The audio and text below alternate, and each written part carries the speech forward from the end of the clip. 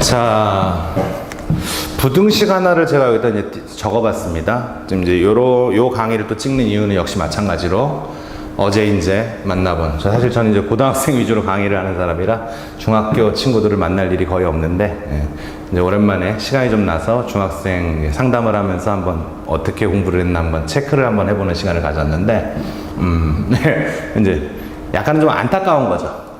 기왕 고생해서 공부하는데 이런 것까지 좀 알고서 좀 넘어와 주는 게 좀 좋은데, 사실 뭐 그 본질을 깨닫는 게 그렇게 어려운 일도 아닌데, 자, 어쨌든 한번 해볼게요. 자, 이제 요건 2차 부등식이라고 하죠, 우리가. 예, 맞아요. 2차 부등식에 해를 갖다 구하여라. 뭐 해라는 건 이제 이 식을 만족시키는 x 값을 이제 찾아주는 작업이 이제 우리가 이제 해를 찾는 작업이 되는 건데, 여기서 이제 해를 구해라 그러면은, 맞아요. 어제 그 친구도 잘 풀었습니다. 인수분해를 일단 이렇게 하더라고요. 그래서 이렇게 대답을 잘 해줬고, 당연히 그 문제는 맞았다, 이게 이제 체크가 돼서 이제 채점해 주시는 이제 저희 조교분이 체크를 해서 저한테 이제 상담 자료가 넘어왔는데, 제가 이제 이 친구랑 이제 면담을 하면서 그래서 이제 물어봤어요. 왜 이게 해야? 이제 이렇게 물어봤더니 그 왜에 대한 대답이 없는 거죠. 안타깝게도. 아니 이거 해 맞잖아요. 맞긴 맞는데 왜냐고. 왜를 꼭 알아야 돼요. 예, 좀 아셔야 돼요. 이런 기본적인 것부터 왜를 대답을 못 한다면, 제가 그렇다고 무슨 페스탈로치처럼 무슨 교육의 본질은 뭐 깨달음 이런 거 사람이 아닙니다. 저는 그냥 학원 강사고 잘 이해시켜서 내신이든 수능이든 잘 봐서, 아이고 덕분에 수학 공부 그래도 수월하게 하고서 저 대학생 됐어요 선생님, 뭐 이런 제자들 만나는 즐거움에 사는 사람이고, 그거 보는 재미로 사는 사람인데, 이 왜가 안 되면 그게 되지가 않아서 그래요. 그런 좋은 결과물이 나오지가 않으니까. 그래서 왜냐고 물었더니 전혀 왜냐고 대답이 나오긴 나왔죠. 왜 오라 그랬어? 작다 그러면 무조건 뭐야? 이렇게 딱 인수분해해서 해 쓴 다음에 작다 그러면 이 사이 공간을 답으로 나가거라, 이런 식으로. 그 훈련을 열심히 잘 해놨는데, 그 훈련이 헛된 건 아닙니다. 당연히 그 훈련도 필요하고 추가적으로 왜도 알아야 된다는 거죠. 자, 또 이제 그럴 타이밍이 됐고, 그냥 중1, 2때 선행할 때랑 다르게 이제 내일 모레 고등학생이 될 예비 고1 학생, 중3 학생이었으니까 이제는 좀 알아야 될 타이밍이다 얘들아, 이제 이런 얘기를 해준 건데, 자, 이제 왜냐에 대해서 한번 얘기를 해봅시다. 자, 여기서 이제 왜냐는 얘기는 크게 두 가지에 대한 대답이 나와주면 좋겠어요. 첫 번째, 뭐 거창하게 한번 써볼까요? 대수적 숫자 갖고 놀아봤을 때, 자, 뭔 얘기냐면은, 문제가 요구하는 건 말 그대로 일단 물론 인수분해라는 작업을 통해서 처음에 물음은 모양이 바뀌긴 했습니다. 자, 무엇 곱하기 무엇이란 말이야. 어떤 두 덩어리를 곱해서 그 전체 결과가 0보다 작은 음수가 되기를 문제가 원하고, 그렇게 되려면 이 미지의 x값은 어떻게 돼야 될까요? 이런 상황이란 말입니다. 자, 그랬을 때 상식적으로 생각을 해봅시다. 아마 제 딸을 보니까 이런 얘기들을 이제 중1 때, 6학년, 중1 그때부터 이제 다루는 것 같던데, 뭔가 두 마리를, 어떤 두 아이를 곱해서 0보다 작으려면, 그렇죠, 하나는 양이 돼야 되고 하나는 음이 돼야 되는 거죠.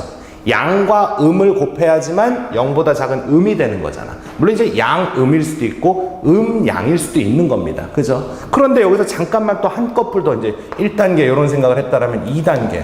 선생님, x가 뭔지 몰라도 x에서 1을 뺀 게 앞쪽 덩어리고 x에서 2를 뺀 게 뒤쪽 덩어리니까, x가 뭔지 몰라도 거기서 1을 뺐고 2를 뺐다라면 당연히 1을 뺀 이 앞에 있는 아이가 더 클 수밖에 없는 거 아닙니까? 그렇잖아요. x가 뭔지 몰라도 그걸 또 찾는 과정이고, 그 x에서 1을 뺐고 x에서 2를 뺐다라면 당연히 1 뺀 아이, 1밖에 안 뺀 애가 더 뚱뚱한 거 아니야? 더 큰 거 아니야? 그렇지. 그렇다면 둘 중에 하나가 양이 되고 하나가 음이 될 수밖에 없는 운명이라면 큰 놈이 양이 돼야 되겠지. 양수가 음수보다 크잖아, 무조건. 그지? 그래서 우리 아까 양, 음이라고 잡았던 이게 진실이 돼버렸네. 참이 돼버렸네. 오케이. 그럼 얘는 양이 돼야 되고 얘는 음이 돼야지만 전체적으로 음이 될 수 있다라는 게, 일단 굳이 뭐 거창하게 말하면 좀 촌스럽지만 대수적인 분석이겠죠. 예. 그럼 얘가 양이 되려면 x-1은 양이 돼야 되고, 동시에 x 빼기 2는 음이 돼야 되는 게 필수 상황이라면은 여기서 여기 화면 잡히고 있나? 여기서 x는 1보다 크고 x는 2보다 작다가 성립이 될 것이고 둘 다 만족시켜줘야 되는 거니까 아마 수하를 해본 학생이라면 교집합이라는 말이 뭔지 알겠죠? 1보다 커야 되고 1보다 커야 되고 2보다 작아야 되니까 우리는 양쪽을 동시에 만족시키는 겹치는 부분, 그래서 x는 1과 2 사이다 이렇게 대답을 해주는 거겠죠. 그죠? 예, 맞아요. 네, 외우는 것도 외우지만 이런 것 좀 알았으면 좋겠어요. 또 알아야만 하고 모르면은 고등학교 가서 아무것도 못합니다. 자, 다음 두 번째. 요거는 이제 선생님이 이제 지금부터 훈련을 하지 않으시면은 나중에 뭐 수투나 미적 가셔가지고 미분적분, 어차피 이제 그래프를 다루는 해석학이라고 합니다. 그래프를 해석하는 겁니다. 영어 지문처럼 그래프 하나 그려주고 또는 수식만 받아서 이 그래프에 이런 특징이 있구나를 해석해버리는 작업인데, 해석학은 그건 어느 순간 뭐 수업 몇 번 들었다고 되진 않아요.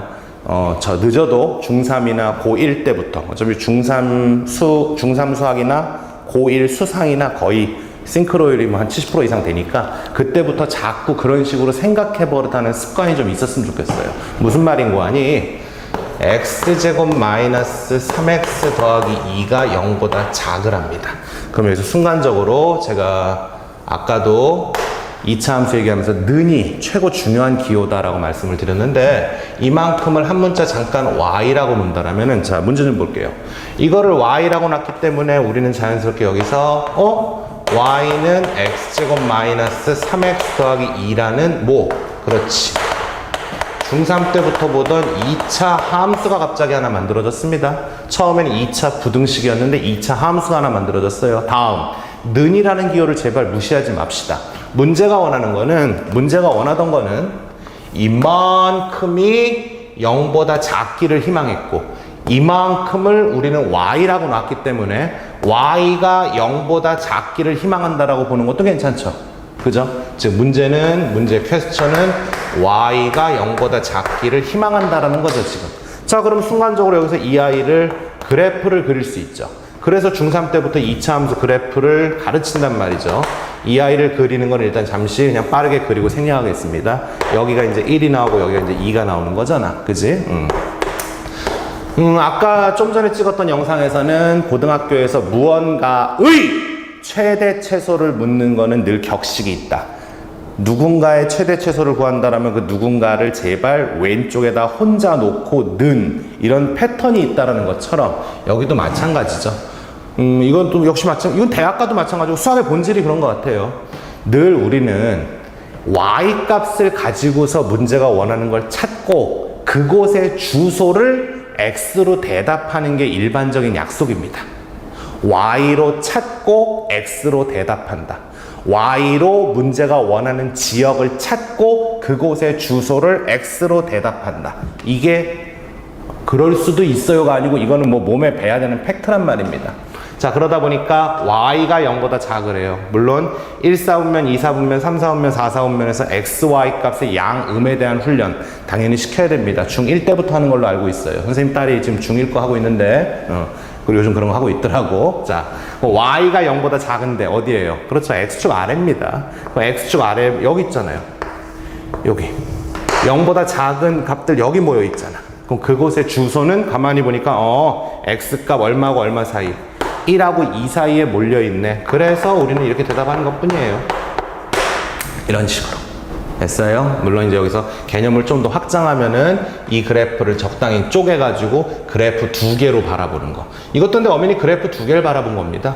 자, 우변도 예를 들어서 는 y라고 놓으면 y는 제로. y는 제로가 뭐예요?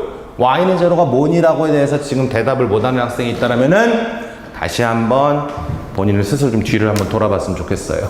y는 제로가 x축을 말하는 그래프잖아요. y는 제로, 저거 그래프잖아요. 그래프. x축. 자, 그래서 2차 부등식을 그냥 암기로서 답을 답했던 친구를 어제 만난 경험을 토대로 이런 식으로 공부했으면 좋겠다라고 한번 건방지게 또 한번 강의를 찍어봤습니다.